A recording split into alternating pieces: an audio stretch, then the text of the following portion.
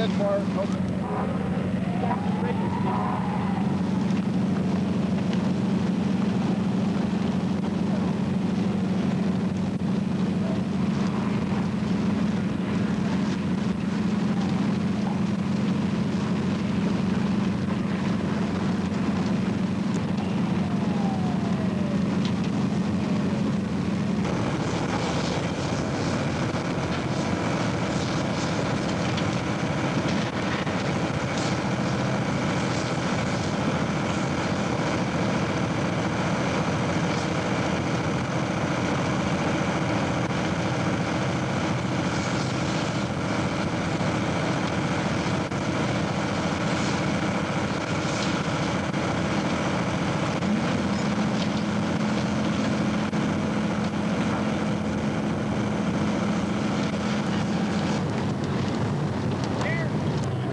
We have laid lines out. Every apparatus that comes in, we're trying to get water to it. Basically, we got very few hydrants down here, and that's our major problem.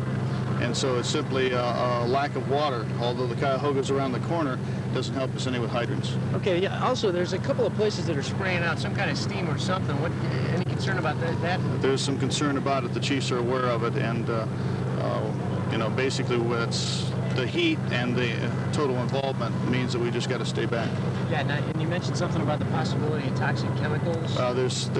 We have some report that there may be some hazards in there, but we're not sure what's going on. Okay. Do you have any idea what started the fire?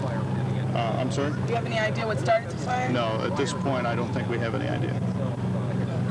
Are there any injuries or anything like that? Not to this point, and we're trying to stay back far enough that we don't have any problems like that. Do you have any idea how close you are to controlling it, or how much longer do you think it might last? We're going to be here all day. Okay. When did it start? We got our first reports about, I'm not positive on it, it had to be about 9:30 in there somewhere. And your name, sir? I'm Joe Mason with the Firefighters Union. Thank you. And the building was not occupied at all? No, it's an abandoned building. Joe Mason? Yes, Mason, M-A-S-O-N. You know what the name of this building is? Have no idea. Somebody from Forest City Management would probably know, but we don't know what it is.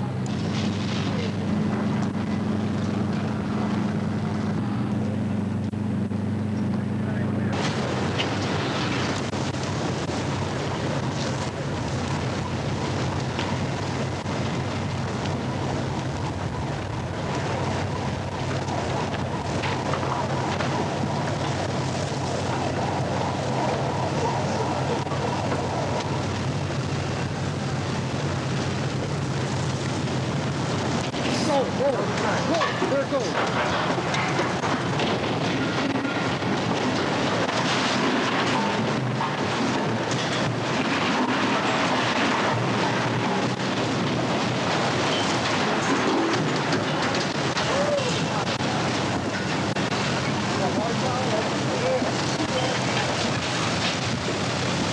Kill you, Corey. If you're dead meat.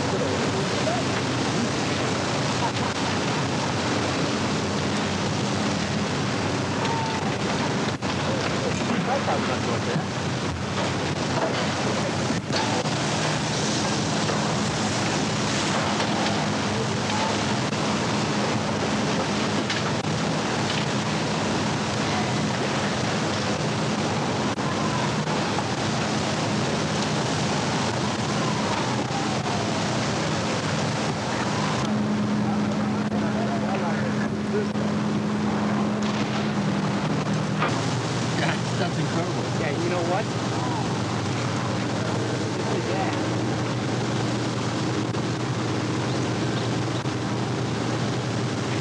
You know, it's great. Look at that beam through there.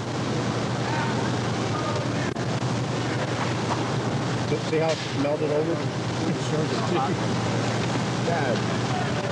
Okay, see now it's at the wall.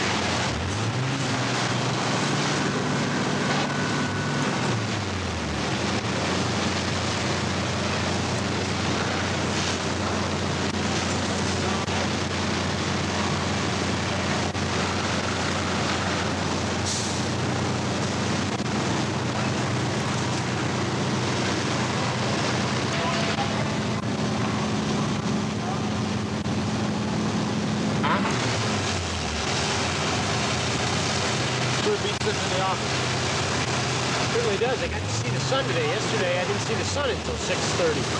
See? And already it's 11:20.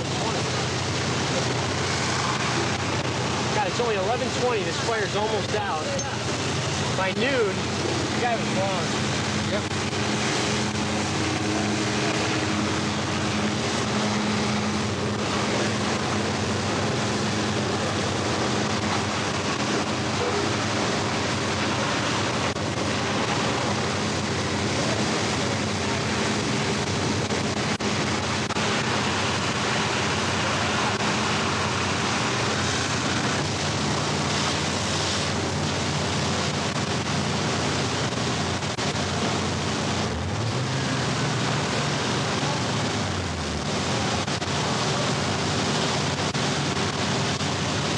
Uniform, you know? That helps. Prevention are going to save the bridge because they've kept the steel cold. They've kept water on the steel. The bridge will be closed until I have a team of bridge inspectors up here tomorrow or Sunday, once the fire department give us the okay to get into it, to verify if any damage has been done. I don't believe there has been any severe damage, but I want to make sure, and I'm going to err on the safe side. We're going to close it. So it'll be closed today, tomorrow, and possibly Sunday. What kind of heat does a bridge, the steel, have to get before you have problems with it? Well, if you get that steel heated to 14, 15, 1600 degrees, it loses a lot of its strength, and it could cause a problem. You have to take it out then. Yeah, replace it or reinforce it. Yes.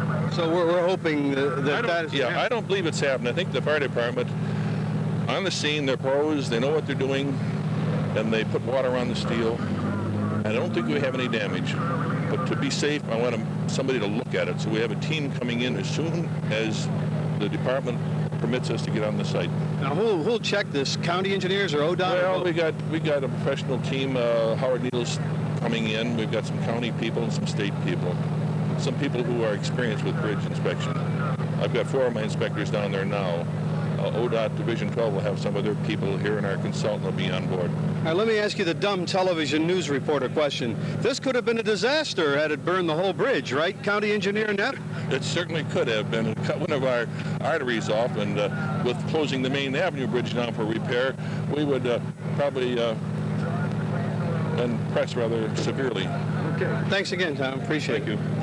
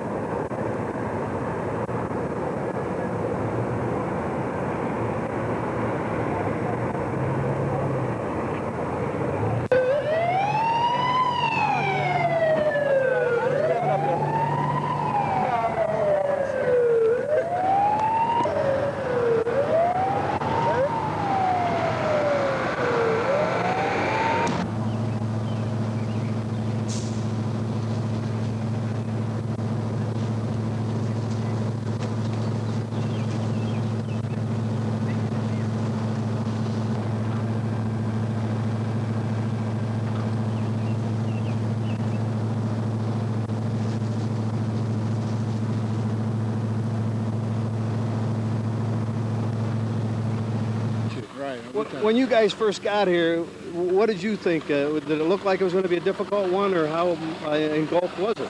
It was going pretty good, all 3 floors. On this section down here, we knew we'd be here for a while. I says, yeah, I've been in a building like this. I said, we're going to be here a while.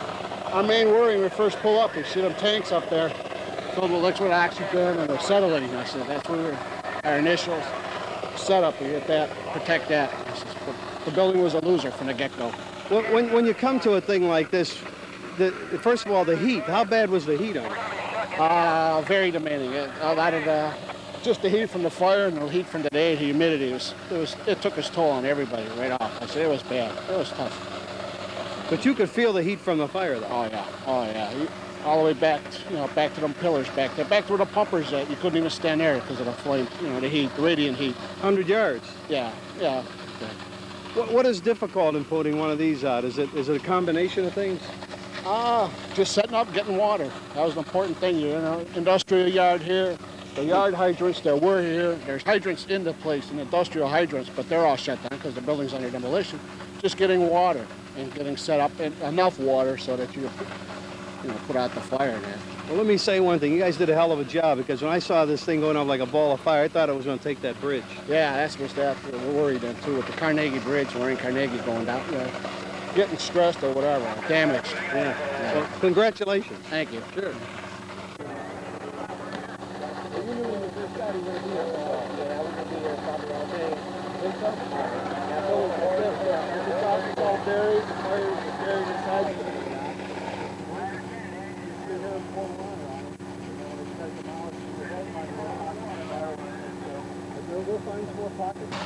How long you been on the fire department?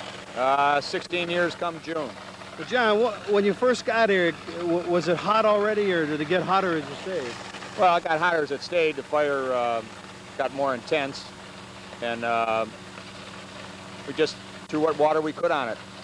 But what does your body feel like now? You drenched here?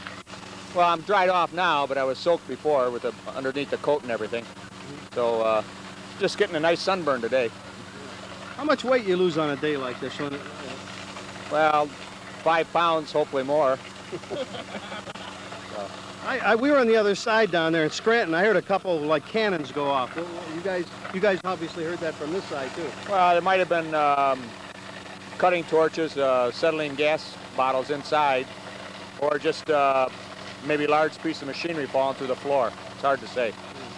But this is one of the biggest fires I've seen in a while, and it must have certainly been one of the hottest ones.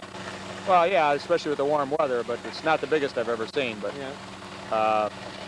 It's just going to be a pain just sitting here pouring water in it for a day or so. So you won't be able to go in the building because of a possibility of collapse. Well, John, let me tell you, when you come to something like this, or let me ask you, do you have time to think about danger, or is it? No, you first get here, the only thing you want to think about is getting water on it, getting it out as quick as possible, so you can go on with your day. Yeah. What about the heat, though, from the day and the flame here? What does that do? Well, it's just tomorrow you'll feel like a wet noodle. It's just the heat, the radiant heat. It just earlier today I got a good burn on my face from you could feel it. You had to turn your back to it and rotate yourself around periodically to keep from getting too well toasted. So how far were you from where the fire was? How many yards would you guess?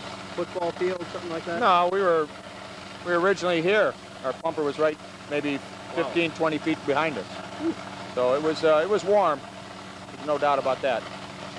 All part of a day's work. All part of a day's work, yeah. Thanks again. Sure thing. How hot? Main worry is to pull up with some tanks. That's oxygen. Yeah, that's liquid oxygen.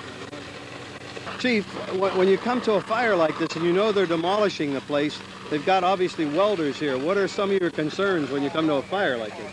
The chief concern is the cutting outfits, the oxygen and acetylene. If those bottles get heated up, they can become projectiles like missiles, and they can project 500 to 1,000 feet.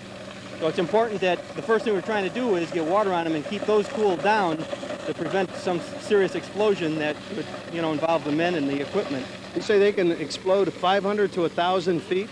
That's correct. If they can become a projectile, like a missile, and it can travel a great distance. 500 to 1,000 feet would not be uncommon, yeah.